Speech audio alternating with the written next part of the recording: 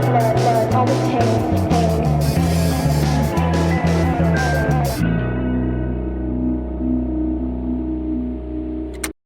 Hey, Crime Salad listeners, welcome back to another episode. I'm your host, Ashley, and with me always is my partner in crime, Ricky. This week's case is extremely heartbreaking, so please take this as a warning. This case covers acts of child abuse and details that may make some listeners very uncomfortable. Listeners' discretion is advised. We don't normally cover murders involving children, but this one needs to be told. Only a month ago, Brittany Gosney, a 29-year-old mother of four, and her 42-year-old boyfriend, James Hamilton, walked into the police station in Middletown, Ohio, to report that her 6-year-old son had gone missing. They said that when they had gone to sleep the night before, he was safely in his bed, sound asleep in Batman pajamas. But when they woke up the next morning, James had vanished. As police jumped into action to try and find the missing boy, they quickly began to realize that pieces of this mystery were not adding up, and that Brittany and her boyfriend knew far more than what they were letting on. While we have more answers now than what we did when Brittany Gosney walked into that police station in February, we may never fully understand how a mother could do such a horrible thing to her own child. Little James Hutchinson was a sweet first-grade boy at Rosa Parks Elementary School in Middletown, Ohio. And Middletown is a small city located about halfway between Cincinnati and Dayton, Ohio. And James had lived there for all of his young life. James was small for his age, only 3 feet tall and weighing 42 pounds. He had light reddish hair just like his mother, and always wore a pair of black-rimmed glasses that slightly magnified his kind blue eyes. According to his elementary school principal, he was the happiest kid in school, always the first to say good morning and give his teachers hugs. James's father, Lewis, who had been estranged from his mother for a while now, was always surprised by James's unending joy. The little boy found something to be happy and excited about in just about everything. James lived with his mother, Brittany, and her new boyfriend, who was also named James. He had 2 older siblings who were 7 and 9 years old. With James's endless supply of laughter and happiness, you'd think that he lived the perfect life. But that wasn't the case. Brittany struggled raising her kids. They had been in and out of schools all around the city and had often spent time living in hotels. Brittany's eldest child was no longer in her care as she had lost custody some time earlier. Despite a difficult home life, Child Protective Services had never officially been called in to investigate the welfare of her 3 other kids. And James stayed as positive as ever. With many adults around James attesting to his joyful and loving nature, it is difficult to understand how anyone could hurt this young child, especially his own mother. So let's go back to that day, Sunday, February 28th, 2021, when Brittany and her boyfriend arrived in person at the Middletown police station to report that her 6-year-old, bright, bubbly, happy son James was missing. According to her, she had put him to bed that night before, and he was wearing a red shirt with matching red and blue Batman pajama pants. They said that when they had woken up that morning, James was nowhere to be found. Now get this, rather than immediately calling the police, they spent a few hours looking around for him before heading over to the station to report that he was missing. The police were initially skeptical of Brittany and her boyfriend because it was rare for the parents of missing children to come in person to make a report. Usually, because parents are so worried, a call is much faster and easier and allows them time to keep searching in the meantime. But regardless of their initial skepticism, they took Brittany's claims seriously and sent out an alert with James's photo asking for anyone to come forward if they had any information on where he could be. Police organized a search party to canvass the surrounding areas to look for James. While police were out searching, Brittany and her boyfriend, James Hamilton, were asked to stay at the station for further questioning. Beyond their initial suspicions after reporting him missing in person, investigators were also aware that Brittany had lost custody of one of her children before and felt that something wasn't adding up in the couple's report. With much reason to be skeptical of their report, investigators completed separate interviews with James and Brittany, and in these interviews, the specific details of their stories begin to diverge, which only solidified the investigators' suspicion that there was more to what happened to James than what they were letting on. But with no clear indication of his whereabouts, the police continued their search and expanded their alerts so that others may be on the lookout to find the young boy, hoping that he would be found safe. Brittany and her boyfriend remained at the police station for hours to be questioned, and their story only fell more and more apart. A few hours after they arrived to report James missing, Brittany finally broke down and confessed to investigators what really had happened to her beautiful 6-year-old son.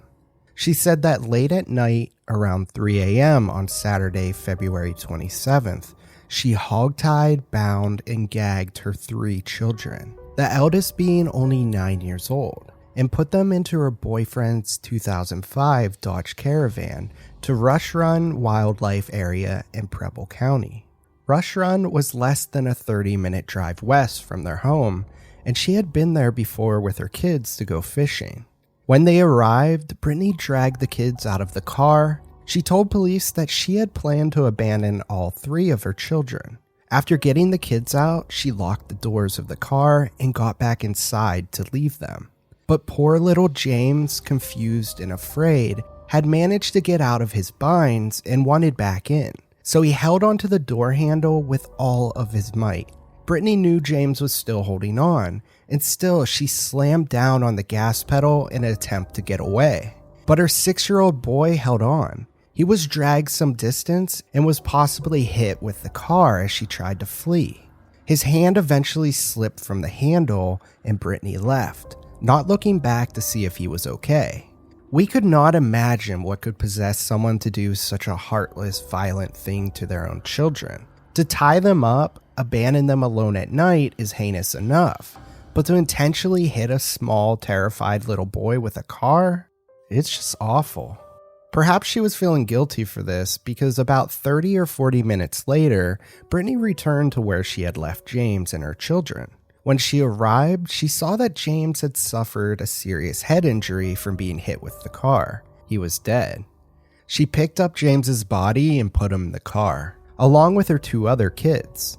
They drove back to their home in Middletown, and James's body was brought inside. She wrapped him up in blankets and placed him in one of the upstairs bedrooms while she had the other children go back to sleep downstairs. The next night, after the other children were asleep, Brittany and her boyfriend took James's body from the house and placed it in the back of their car. They drove for about an hour southwest of Middletown and threw James's body over a bridge near I-275 in Lawrenceburg, Indiana.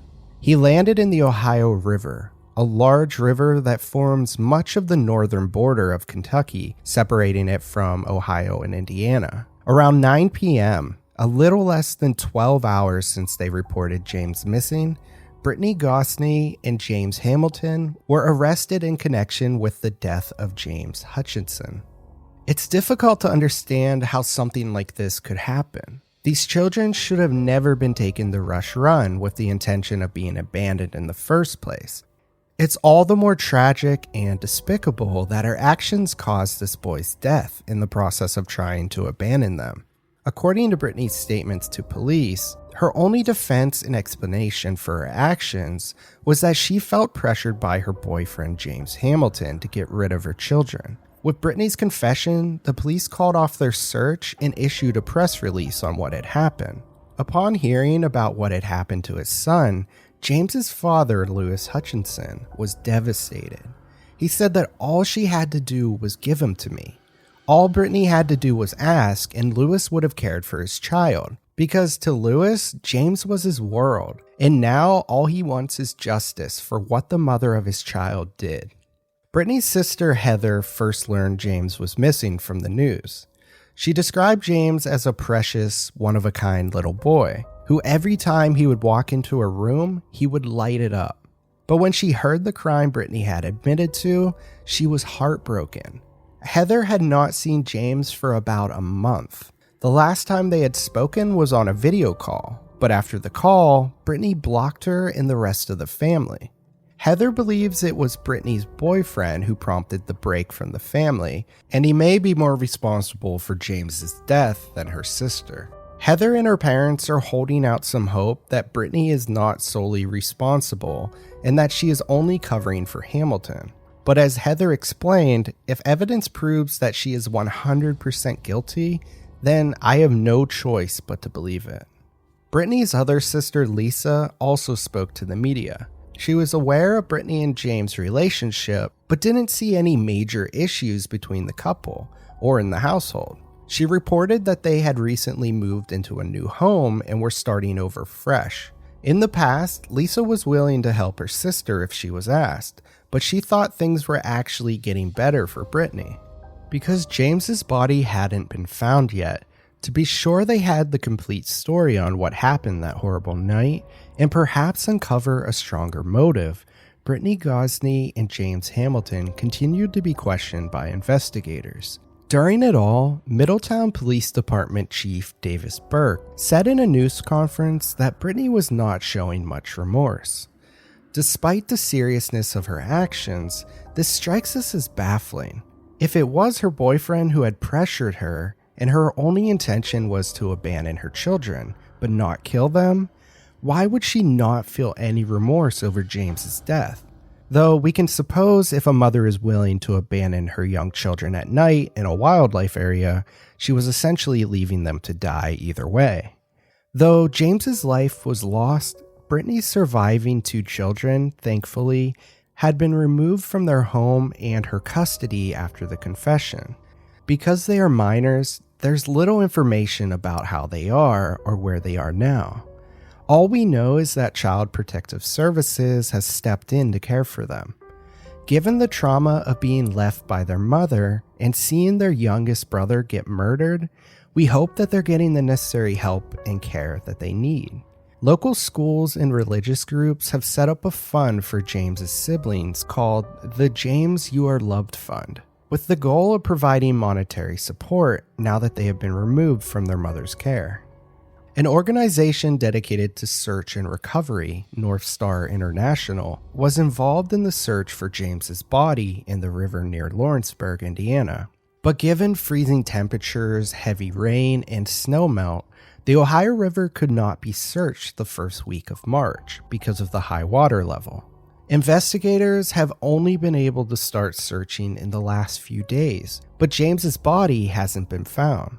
Despite this, they remain confident that something will turn up.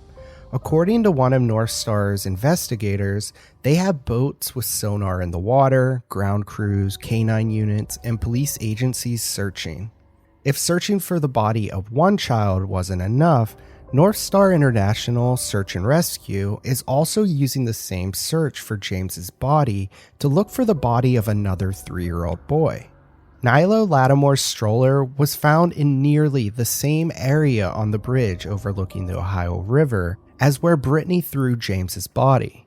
Nilo's mother, Nitisha Lattimore, had been stabbed to death on December 5th of 2020, with her body being discovered on the 12th near the bridge. Police have arrested a man named Deshaun Brown in connection with her murder, and have assumed that Brown had thrown baby Nilo alive in the river after murdering his mother. With 2 young innocent children from neighboring Ohio towns murdered within only a few months, all ending in the same spot on the Ohio River, serious concerns about parenting and care have been raised by locals. During a March 2nd vigil hosted in Middletown for James, Reverend Kevin Aldridge asked a crowd of 100 people, "What can we do to make sure there are no more Nilo Lattimores or James Hutchinsons?" The towns have hosted joint vigils and balloon releases that honor and remember James and Nilo together, even though the boys had no connection while they were alive. The day following her confession, Brittany and James Hamilton appeared in court for the first time during their arraignment.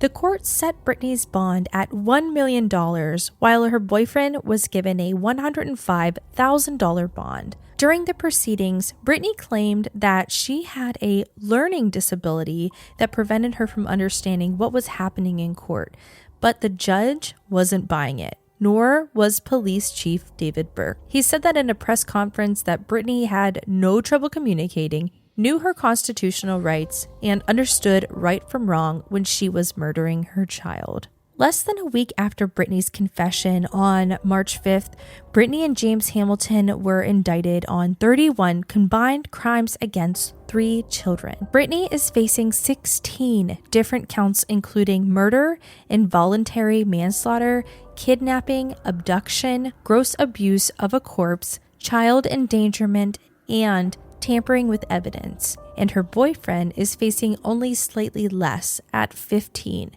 Including charges of kidnapping, abduction, endangering children, abuse of a corpse, and tampering with evidence. After being indicted as of March 8th, both Brittany and James pled not guilty to these crimes, despite Brittany having clearly confessed to them earlier. They each were given court-appointed attorneys to enter their pleas. The judge assigned to their case, Judge Noah Powers, then set new bail for them. Brittany's now at $2 million, and James's bond was $750,000.